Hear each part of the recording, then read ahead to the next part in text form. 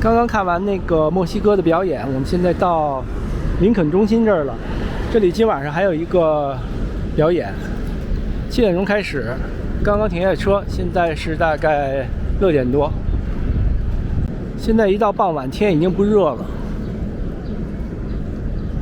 现在我们是在等 Aimee Mann 的晚场。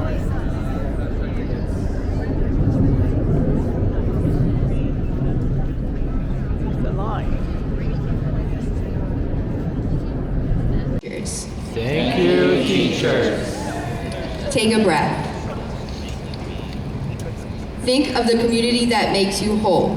Look around. Say, thank you, neighbors. Thank you, neighbors.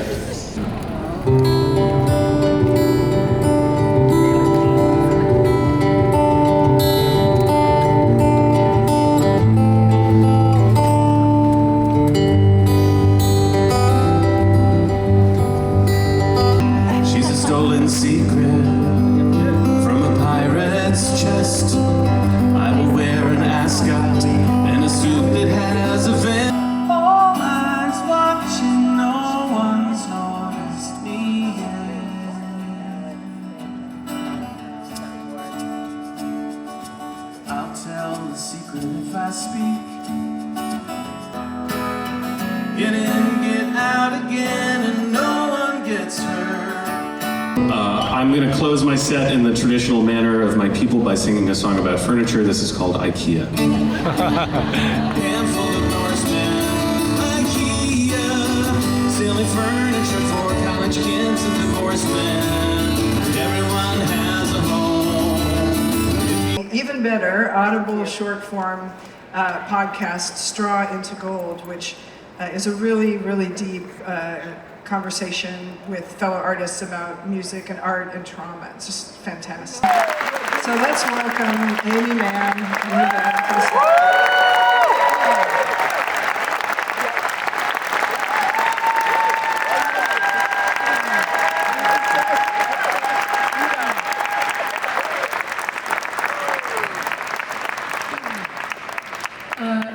The problem with an intro like that is that there is no way I could possibly live up to how great that person sounds. Thank you, Anne, thank you very much. It's very strange to stand backstage and listen to somebody talk as if you're wonderful. And when you're right, we'll stipulate that I lost the fight. You never loved me.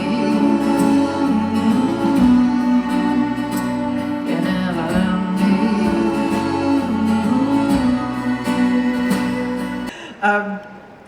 So I thought a lot about how songwriting can capture the inner scripts of people in a way that other forms cannot. I mean, it has to do with like the way a chorus can mirror ruminative thinking, or imagery in songs can be like dream imagery. There's just something about songs that works as like the sound that's inside your head. And I think, as I said before, that your songs do that, really capture the feeling of being alone in a body, which we all are. Wow, that's kind of sad. But alone in a body. But I guess the question is, who is the self in a song? Oh my God. What is the nature of existence, you guys? And welcome to our graduate seminar. And how is the Aimee in your songs connected to the Aimee in your body? Well, I don't, the body part, I don't know. I might have to skip over that. I think it depends. I mean, it depends on what songs. Like some songs are deliberately written from another person's point of view, and then I'll like stick my own 2 cents in, or see where I intersect with that person or that character, or and sometimes the music sets up a mood, and then I think of like, what's a story that kind of goes, or like a situation or dynamic that goes with a story. And and sometimes I also have a thing that is currently on my mind, and then it intersects with music that I'm kind of fooling around with. So, I mean, there's always like a piece of my own thinking and feeling in every song, and sometimes in surprising ways. I mean, there'll definitely be songs that I am playing live, and I'll go, oh, that's what this is about. Like, that's what it's about for me. You know, I was writing about somebody else or some other thing, and just realizing like, I never, you don't. I mean, it's like projection. You're projecting your own thing into a song, and you sometimes don't know it until much later. Things like rise to the surface, but sometimes it takes years. And you love to collaborate. I do. I really do. It's very. It is really interesting to me. I mean, once again, like in songwriting, if I'm writing about somebody else or from somebody else's viewpoint, it is interesting, like, where do I intersect with that? And that's how I feel like with working with another person, like, where do we intersect? What's the common ground? Like, what can each person add to a thing?